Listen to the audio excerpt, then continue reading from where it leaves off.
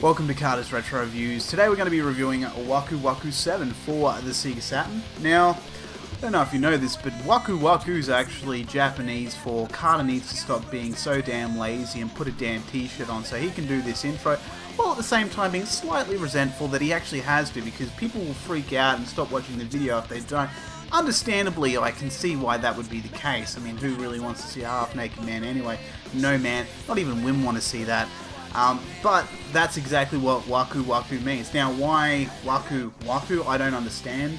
I don't know that bit. I don't know why it's in there twice. Because I mean, if you think about it, if you put those two things together, again, it's a little bit long. But the fact that they were able to condense all of that into one word or one phrase rather, is pretty impressive. The Japanese language.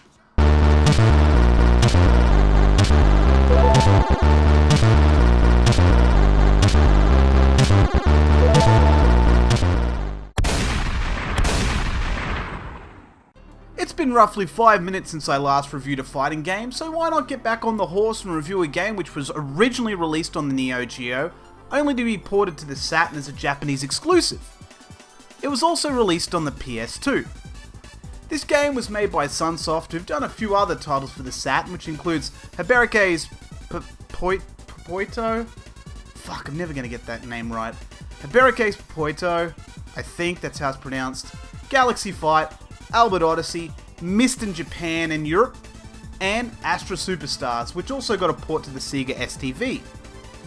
The game also comes with a RAM cut to enhance gameplay. I'm calling this review How to Lose a Game in 2 Hours. I failed so hard, I thought I was playing an apple pippin. To get to the boss took about 20 minutes, then trying to beat him took over 2 hours. Watch this. Fail. Fail. Fail. Fail. Fail. Fail. This keeps going for quite some time. Waku Waku 7 is not the 7th game in the series, but named after the 7 characters in the game, which is an odd choice. What happened if this series really took off and they made it to the 6th sequel? If Microsoft had any hand in it, it'd simply be titled Waku Waku just to fuck with everyone, as it seems a lot of games like SimCity and Mortal Kombat are doing this because, well, fuck logic. Wasn't it the 9th game in the Mortal Kombat series that it was simply called Mortal Kombat? What kind of retard thinks that's sufficient? The characters we have in this game are Ray, Arena, Dandy J, Maru, Politank Z, Slash, Tessie, a living punch bag, and Fernandez. All of them have their own story, but Maru kinda reminds me of the Sasquatch from Darkstalkers because, well, Wikipedia said so and I agreed. See? Brutally honest and refreshing. The presentation of the game is pretty good. The menu presentation is pretty standard and nothing outstanding. In-game presentation is better, giving me this real King of Fighters feel to it. I don't know if that was intentional, but that's what I got from it. Graphics are pretty damn good. I mean, the Saturn was meant to be this 2D powerhouse, and by gosh, we have that here.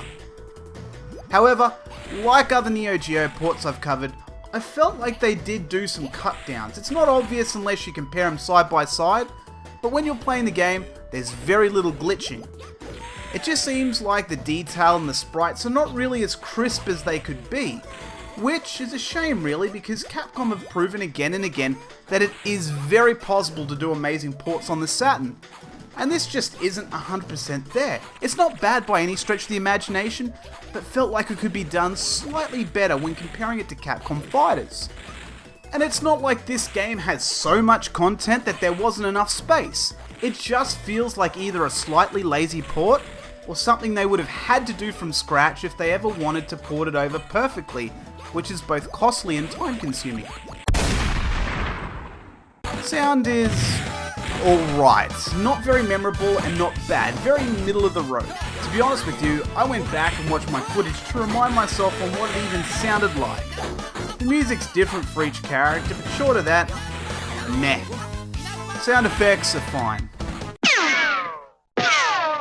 Gameplay is a real disappointment, and this could perhaps be due to my configuration, a PAL Saturn playing a Japanese title with an action replay cart rather than a Japanese console.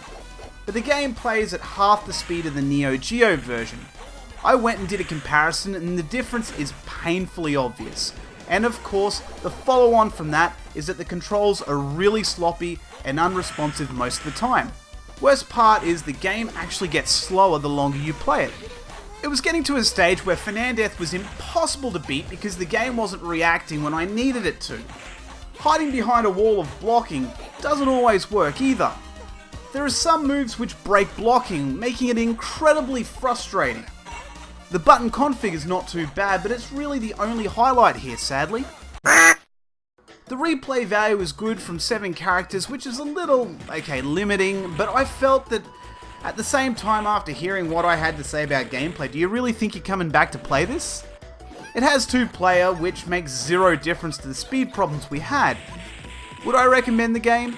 It would depend purely on whether I was experiencing a config-specific problem, or whether that's actually how it behaves and that it's just a dodgy port. If it does get better, then my recommendation would be to get a Japanese Saturn and play the hell out of it. But in its current state, I would say stay the hell away from it. While it is a pretty great game on the Neo Geo, the gameplay issues just kill me. Sorry, Waku Waku 7.